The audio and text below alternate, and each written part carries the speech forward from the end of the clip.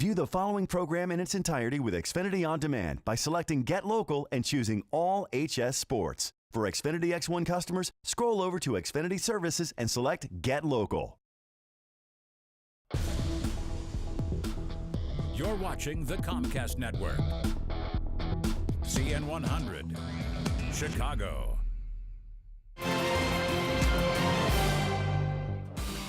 Welcome to Plainfield, everybody, for the CN100 Game of the Week. Today, it's a girls soccer Class 3A section final, in the section of death, as we like to call it, as Neuqua Valley takes on Naperville North.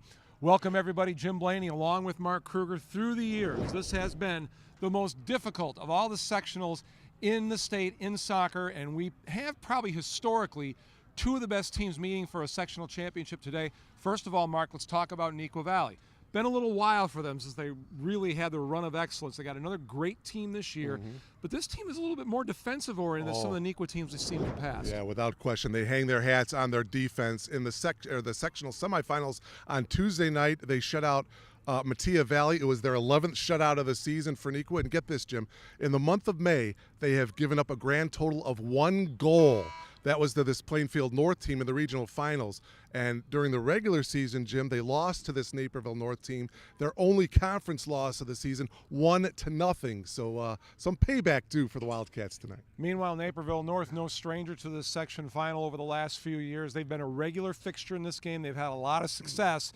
They've got some state championships on the resume, Mark, but it's been a little while, so that's what they're trying to go for this year. Yeah, last year, Jim, they lost 6 Division I players to graduation. They just reload, and as you mentioned, they're here for their 3rd consecutive sectional championship match. They beat Mattia Valley each of the last 2 years now, and so they are determined to get there. They beat in the sectional semis, Jim, their arch-rival Naperville Central, but Steve Goletz, the head coach, said that their team didn't play very well, especially in the second half, so they're going to have to tighten it up if they're going to get by Neuqua tonight.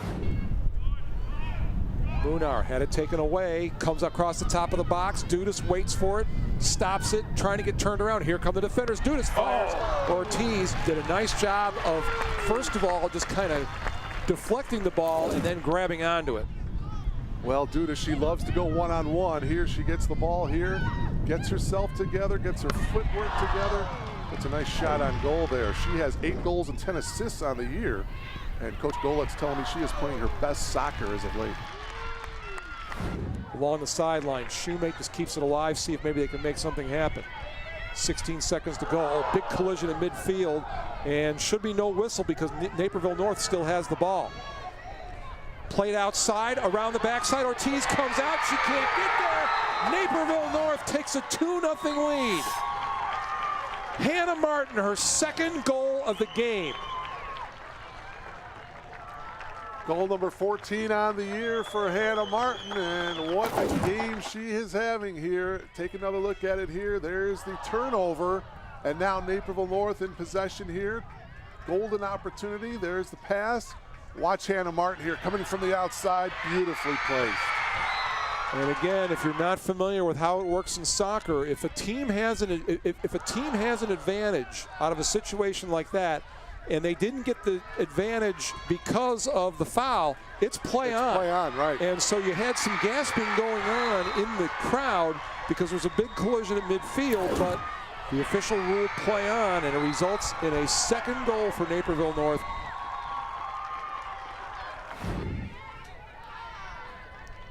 Tagler makes a nice play, boy. It looked like she didn't have control of that for a second, but she did, and it's taken away by Malloy. Malloy with an opportunity, fires it. Ortiz gave up a rebound, and Munar is there to clean it up. Middle of the field, Megan Benmore now wants to get an opportunity about it, but the 2 defenders come up and shut that off. Naperville North trying to put this game away. They would do it with one more. Dudas cross. Ortiz will settle things down with just under 16 minutes to go. Equal fortunate as the Huskies threatening for goal number 3. Here's another look. The save by Ortiz. Here's the shot on goal. Ortiz, though, doesn't catch it, and the ball is loose in front. Equal fortunate. Out past the penalty area. Nardelli came up with it. Tagler again. Just floats one, looking for someone to get a head on it, and high-pointed nicely by Hausman. Good effort by Maddie. Made the commitment to go after it. Didn't hesitate. Here's the shot. You see Hausman come on out.